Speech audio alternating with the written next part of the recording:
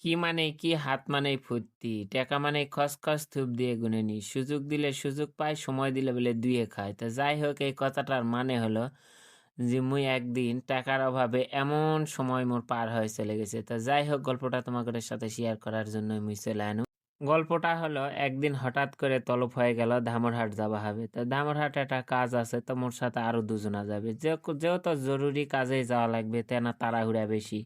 আর তোমরা তো জানিন সকালবেলা উঠে মোর মেলাগুলা কাজ থাকে। আর সেই কাজ করে গোসল-টোসল করে বাড়াতে মোর এনা মানে তাড়াহুড়া হয়ে গেছে। আর তাড়াহুড়া করে বাড়াতে মুই টাকা পয়সা কিছুই নেওনি। খালি কাগজপত্রগুলা নিয়ে দৌড় মারিছু। তা যাই হোক এর থেকে গাড়ি চড়ছু, গাড়ি চড়ে ফতেপুর বাজার পর্যন্ত গেছু। যাওয়ার পরে গাড়িওয়ালাক টাকা দিমু, ইনকা টাকা নাই। পকেটে আছে দেখছু ৳১০ আছে। আর টাকা নেওয়ার কথা মোর খেয়ালই ছিল না। তো যাই হোক অংকা করেই তখনকার ওরা যেই দুজনের সাথে মোর গেছিল তারা কছে, "চলো কোনো সমস্যা নাই।" তো মানুষের আশা করে যে নিত্যু বাস পারে সেই জায়গায় কথা নাই। তখন মুই অমাগরের কথার ভিত্তিতে চলে গেনু সেই ধামরহাট। আর ধামরহাট যায়ে যদি সেই কীর্তিগুলা তোরা শুনিন তাহলে তো তোমাদের মাথাই নষ্ট হয়ে যাবে।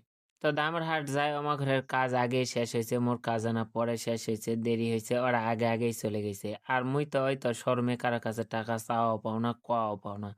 আর ওই যে টাকা নিয়েও যাওনি, ওরা কইছে কোনো সমস্যা নাই। ওই কথার ভিত্তিতে মুই চলে গেছি আমার ঘরের সাথে। তো যাই হোক, যাই অবশ্য মুই ভুলই করিছিনু, কারণ টাকা পয়সা সবসময় হাতত করে থোয়াই লাগবে। আর টাকা জিনিসটা এমন একটা জিনিস, তোর কাছে থাকলে নিজের একটা শক্তি থাকবে।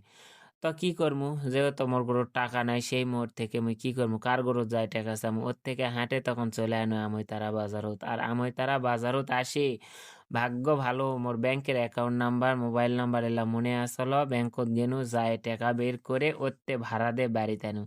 তাহলে চিন্তা করে দেখো যে মোক যারা সাথে করে নিয়ে গেল তারা কিন্তু মোক আশ্বাস দিছিল যে, "টাকা তোর লাগবে না। চ আমরা আছি। বাড়িতে এসে হামাগেরক দিস।"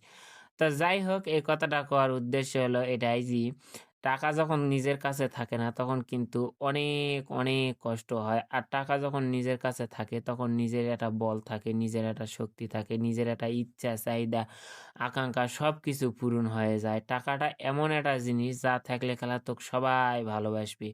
তা সেদিনই মুই বুঝেছিনু যে টাকা কত একটা উপকারী জিনিস।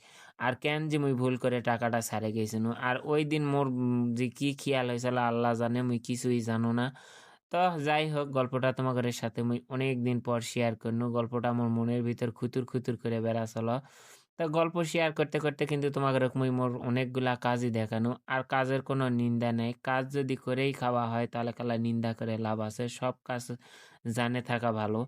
আবার করে খাওয়াও ভালো। ওই যে মুই আগেতেই তো তোমাদের কও যে, "অর্থ চললে পতত ভাত, না চললে হিঁটাত হাত।"